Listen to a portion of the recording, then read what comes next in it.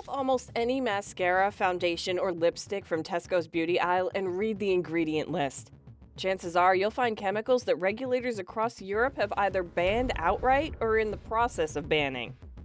This video is about exactly what those chemicals are, which products they're hiding in, and why Tesco keeps stocking them. PFAS stands for perfluoroalkyl and polyfluoroalkyl substances. There are over 100,000 variants.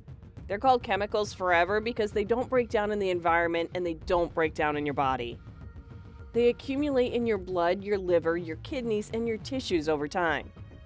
Studies link long-term PFAS exposure to thyroid disease, kidney and testicular cancer, elevated cholesterol, weakened immune response, fertility problems, and low infant birth weight. A landmark 2021 study from the University of Notre Dame tested 231 popular cosmetic products and found high fluorine levels, the key marker for PFAS presence, in 82% of waterproof mascaras, 63% of foundations, and 62% of liquid lipsticks. When 29 of these products went through more detailed testing, every single one contained at least 4 separate PFAS chemicals. Brands tested in that study included Maybelline, L'Oreal, Rimmel, and Revlon, all brands currently available in Tesco. The BBC's own investigation, using a Freedom of Information request to the Environment Agency, confirmed that companies including Revolution and Urban Decay, a L'Oreal subsidiary, were still actively using PFAS in products sold in the UK at the time of the investigation. France has announced a full ban on PFAS in cosmetics from January of 2026. The EU is moving towards a comprehensive PFAS restriction across all consumer products. The UK's OPSS has not yet introduced an equivalent ban. So while regulators across the channel prepare to remove these chemicals from shelves, Tesco continues selling products that independent lab testing has confirmed contain them.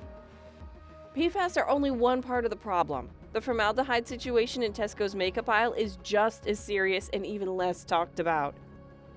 Formaldehyde is a known human carcinogen, classified as such by the International Agency for Research on Cancer.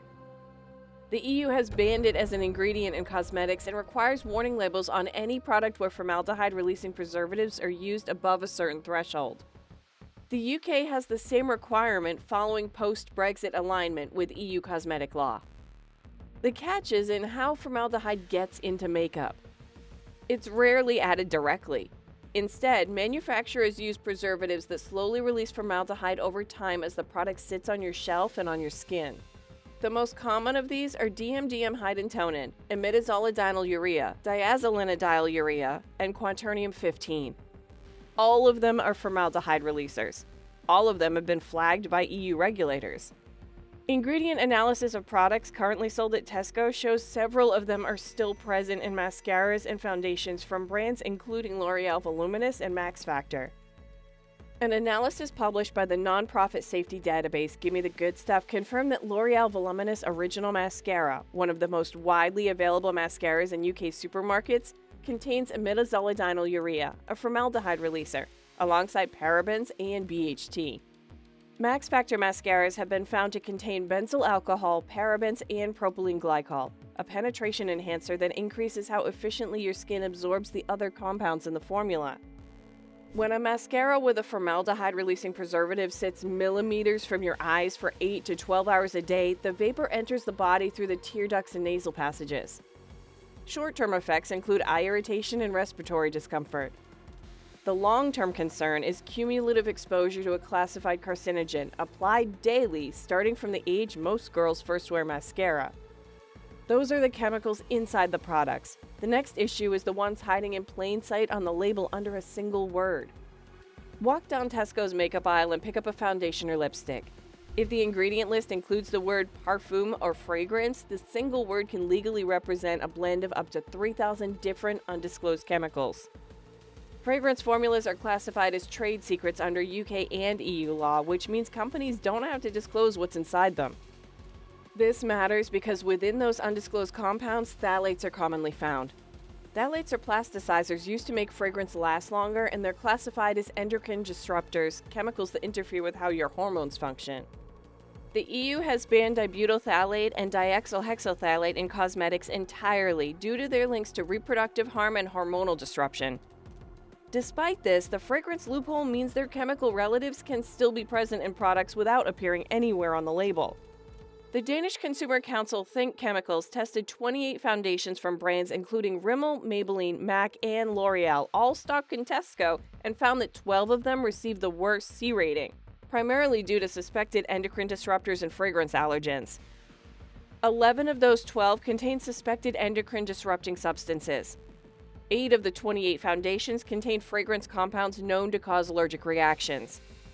The EU has a list of 26 fragrance allergens that must be disclosed on labels if they exceed certain concentrations.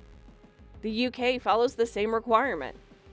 But the majority of the chemicals inside a fragrance blend remain entirely hidden, and shoppers picking up a Rimmel or Maybelline product from Tesco's shelves have no way of knowing what they're applying to their face.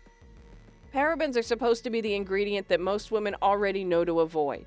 What most people don't know is that products with them are still sitting on Tesco's shelves right now.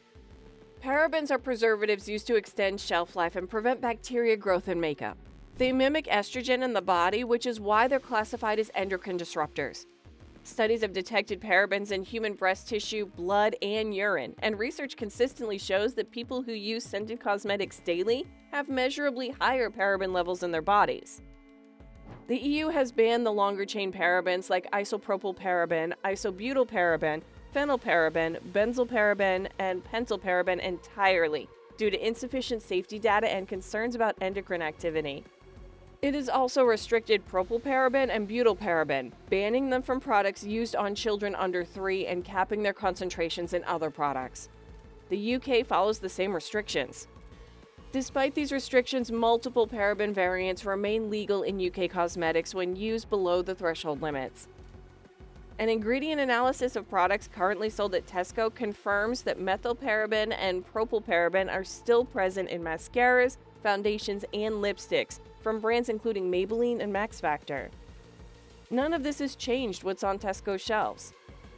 Tesco doesn't manufacture the makeup it sells. It stocks brands like Maybelline, L'Oreal, Rimmel, Max Factor, and Revolution and takes a commercial cut. The legal obligation to ensure a product is safe before it reaches shelves sits with the brand's manufacturer, not the retailer. Tesco's responsibility under UK consumer law is to not knowingly sell unsafe products. Since the OPSS hasn't classified these specific formulations as illegal, Tesco isn't required to remove them. This is the exact gap the organizations like ChemTrust have been highlighting for years.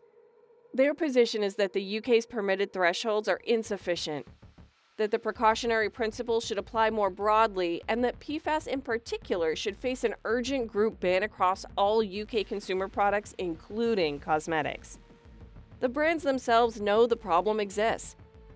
L'Oreal, Revolution, and Inglot all told the BBC they are planning to phase PFAS out of their products. Planning to phase out is not the same as having phased out. In the meantime, the products are still being manufactured, still being shipped to Tesco, still being stocked, and still being bought by women and teenage girls who have no reason to suspect that a mascara bought from a major supermarket would contain a chemical that multiple countries have already banned. So make sure to check the label before you buy. Drop a comment below and make sure to subscribe to the channel so you don't miss future updates.